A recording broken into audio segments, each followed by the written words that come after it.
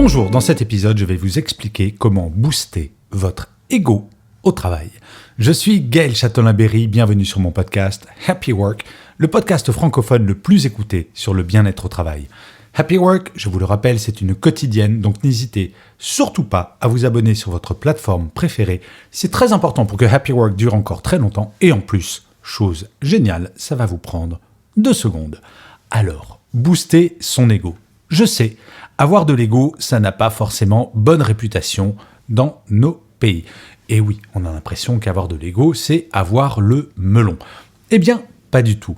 Je reçois beaucoup de messages sur mon site web de personnes qui ne se sentent pas bien au travail, qui ont le sentiment de ne pas faire quelque chose d'important, qui ne trouvent plus de sens dans ce qu'ils ou elles font quotidiennement, ou qui ont une mauvaise relation avec leur manager et qui n'osent rien dire, car elles se sentent petites par rapport à leur manager qui, forcément, ont raison. Bah oui, c'est le manager ou la manageuse. Le sentiment de ne pas être légitime pour exprimer son mal-être ou ne pas oser le dire de peur de mal se faire voir, ou pire, par peur de se faire licencier, c'est un véritable problème très anxiogène. Mais c'est aussi une question d'ego. Chaque salarié doit avoir conscience de sa propre importance. Connaissez-vous un seul employeur sur cette planète qui verse un salaire juste comme ça, en échange d'aucun travail, juste pour faire plaisir, sans aucun échange de compétences? Eh bien, très honnêtement, moi non plus.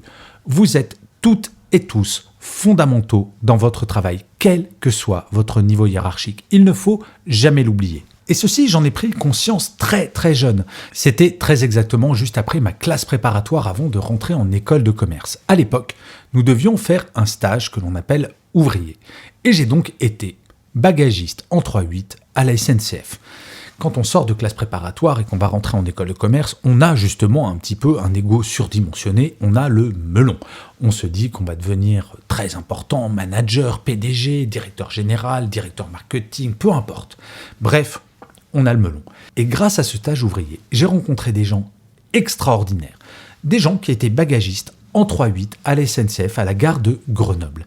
Et j'ai constaté à quel point un certain nombre aimaient leur travail, étaient fiers de leur travail et me disaient à quel point pour rien au monde ils n'en changeraient.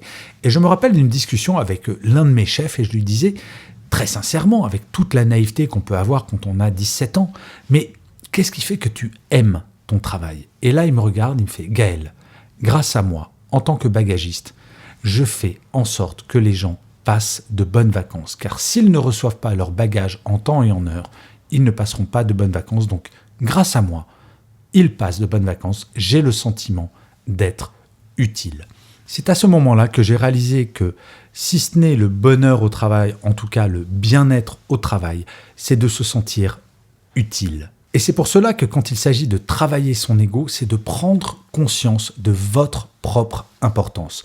Que se passerait-il dans l'entreprise si vous n'étiez pas là ? Par exemple, dans une banque, si la personne à l'accueil n'est pas souriante et accueillante, eh bien les clients vont faire demi-tour. Ce travail est absolument fondamental. Rappelez-vous du premier confinement.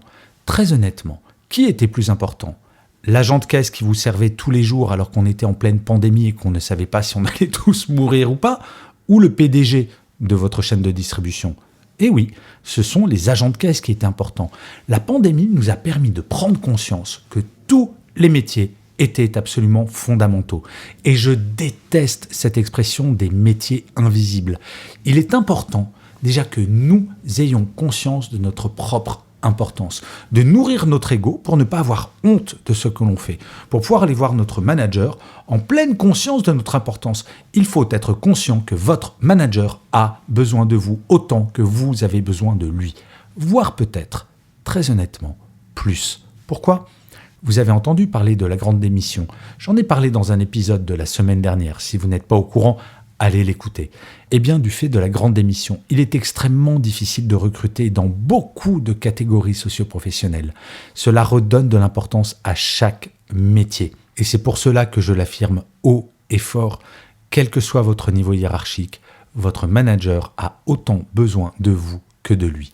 Travailler son ego, c'est véritablement prendre conscience de cela, se regarder dans la glace en étant fier du travail que vous faites, en étant fier de participer à la grande image de l'entreprise, de participer au grand projet de l'entreprise. Il n'y a pas de petites personnes dans une entreprise. À l'inverse, chers amis, si vous êtes manager ou dirigeant, ne pensez pas que vous êtes plus important que les personnes tout en bas de la hiérarchie. Sans ces personnes-là, vous n'êtes littéralement rien. Quand j'étais manager, j'avais pleinement conscience que je n'existais que grâce au travail de mon équipe. Bref, nous sommes toutes et tous importants. Nous avons juste des rôles différents, mais en tout cas, nous n'avons pas une valeur différente en fonction de notre position hiérarchique. Je crois profondément que dans une équipe ou dans une entreprise, les relations entre les personnes seraient nettement meilleures, nettement moins anxiogènes si tout le monde avait conscience de cela. Oui, j'en suis convaincu et non, ce n'est pas naïf de penser que les relations humaines ne dépendent pas de notre position hiérarchique. Nous sommes toutes et tous des êtres humains et j'aime bien parfois rappeler quelques messages humanistes qui, je pense, font parfois du bien à être rappelés. Je vous remercie 1000 fois d'avoir écouté cet épisode de Happy Work. N'hésitez surtout pas à vous abonner, comme je le disais en introduction. N'hésitez pas à partager. N'hésitez pas à mettre des commentaires. Tout cela, c'est ça qui fait que chaque jour, vous avez un épisode de Happy Work. Je vous dis rendez-vous à demain et d'ici là, plus que jamais, prenez soin de vous. Salut les amis.